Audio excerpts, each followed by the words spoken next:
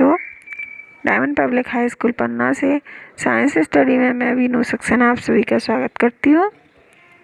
आज हम पढ़ेंगे कोशिका किससे बनी होती है, कोशिका का संरचनात्मक संगठन क्या है, प्लाज्मा झिल्ली अथवा कोशिका झिल्ली क्या है, ये इसमें किन किन प्रकार की अभिक्रियाएं होती हैं।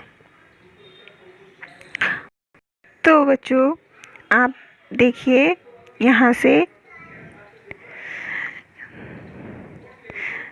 यदि हम कोशिका का अध्ययन सूक्ष्मदर्शी द्वारा करते हैं तो हमें लगभग 3 गुण दिखाई देते हैं। प्रत्येक कोशिका में लगभग 3 गुण दिखाई देते हैं।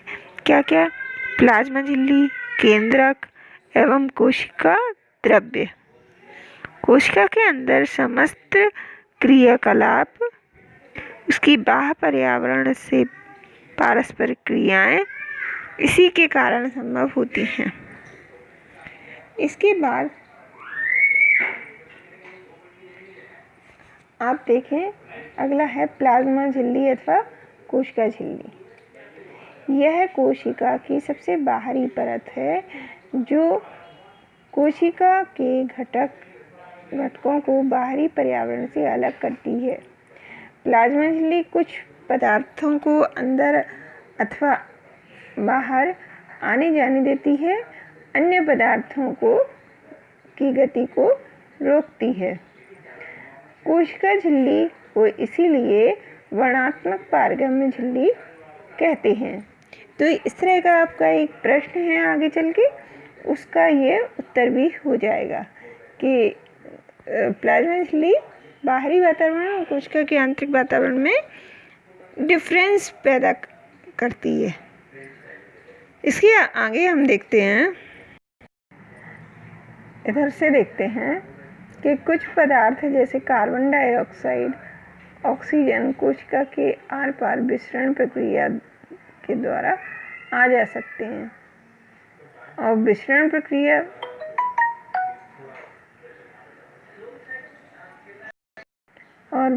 प्रक्रिया आप पिछले अध्याय में पढ़ चुके हैं, लेकिन फिर भी एक बार फिर से बता देते हैं कि गैसों द्वारा उच्च सांद्रता से निम्न सांद्रता की ओर गमन की प्रक्रिया विसरण कहलाती है। तो विसरण किस में होता है? गैसों में।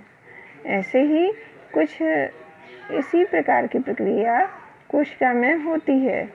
जब कुछ पदार्थ जैसे कार्बन डाइऑक्साइड कोशिका में अपशिष्ट है, जिसका निष्कासन आवश्यक है, कोशिका में एकत्र हो जाती है, इसकी सांद्रता बढ़ जाती है, तो बाहर पर्यावरण में CO2 की मात्रा सांद्रता कोशिका में इससे CO2 की सांद्रता की अपेक्षा कम होती है। जैसे ही कोशिका के अंदर और बाहर की सांद्रता में अंतर आता है, उसी समय उच्च सांद्रता से निम्न सांद्रता की ओर विसरण द्वारा कार्बन डाइऑक्साइड यानी CO2 बाहर निकल जाती है। इसी प्रकार जब कोशिका में ऑक्सीजन की सांद्रता कम हो जाती है और बाहर O2 की सांद्रता बढ़ जाती है, तो विसरण द्वारा अंदर चली जाती है। अतः कोशिका तथा बाह्य पर्यावरण में गैसों का आदान प्रदान विसरण के द्वारा ही होता है। और तो आपको इधर पे भी एक प्रश्न का उत्तर मिलेगा कि कोशिका में कार्बन डाइऑक्साइड का अंदर बाहर आवागमन किस प्रकार होता है। लेकिन आगे देखें, जल भी विसरण के नियमों के अनुसार अनुकूल व्यवहार करता है, लेकिन जल में और गैस में थोड़ा सा अंतर होता है। क्या अंतर होता है वो देखते हैं। जल के अणुओं की गति जब वर्णात्मक पारगम्य झिल्ली द्वारा हो तो उसे परासरण कहते हैं। यानी कोई अर्धपारगम्य झिल्ली बीच में उपस्थित हो, तब उच्च सांद्रता से निम्न सांद्रता की ओर जल के अणुओं का गमन परासरण कहलाता है।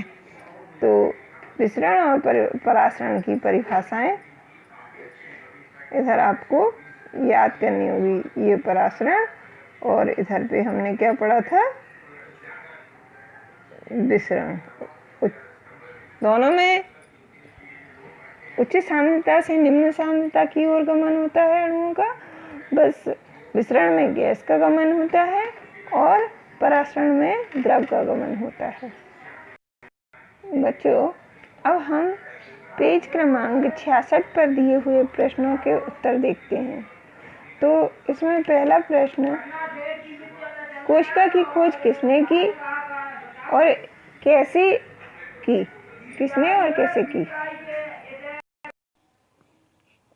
तो बच्चों, ये प्रश्न जो मैंने बोला आप पेज नंबर 66 अपनी बुक से देख के लिखेंगे। उसका उत्तर है, सन 1665 में रॉबर्ट हुक ने स्वनिर्मित सूक्ष्मदर्शी द्वारा कॉर्क की पतली काट का अवलोकन कर छोटे छोटे प्रकोष्ठ देखे जिनकी संरचना मधुमक्खी के छत्ते के समान थी। इन प्रकोष्ठों को रॉबर्ट हुक ने कोशिका नाम दिया।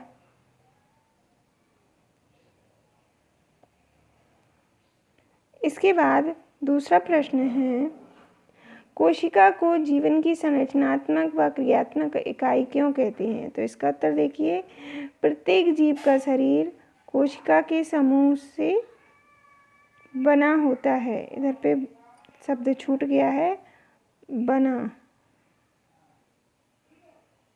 होता है और प्रत्येक कोशिका एक संपूर्ण जीव के समान सभी जैविक क्रियाएं संपन्न करने में सक्षम होती है। इसी कारण कोशिका को जीवन की संरचनात्मक एवं क्रियात्मक इकाई कहते हैं, या इसी कारण कोशिका जीवन की क्रियात्मक एवं संरचनात्मक इकाई है। अगला प्रश्न एक्स्ट्रा प्रश्न है, ये मैंने कल के वीडियो में समझाए भी थे। कोशिका में केंद्रक की खोज किसने की? तो कोशिका में केंद्रक की खोज रॉबर्ट ब्राउन ने सन 1831 में की। इसके बाद दूसरा है, कोशिका सिद्धांत किसने प्रतिपादित किया? तो इसका उत्तर है, कोशिका सिद्धांत एम स्लीडन एवं टी स्वान ने दिया।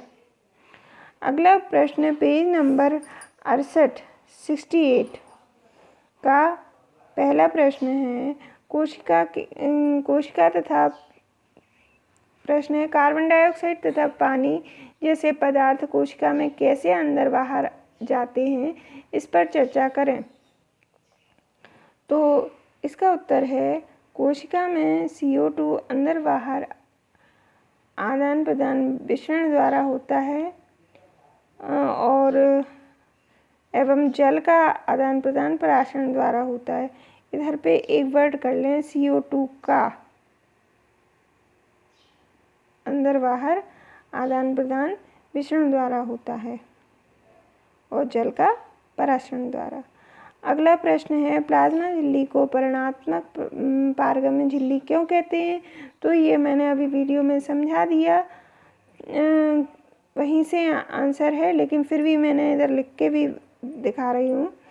तो इसमें है, प्लाज्मा झिल्ली कोशिका की सबसे बाहरी परत है जो कोशिका के घटकों को बाहरी पर्यावरण से अलग करती है।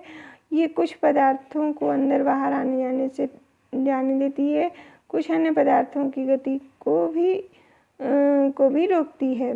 इसलिए प्लाज्मा झिल्ली को वर्णनात्मक पारगम्य झिल्ली कहते हैं।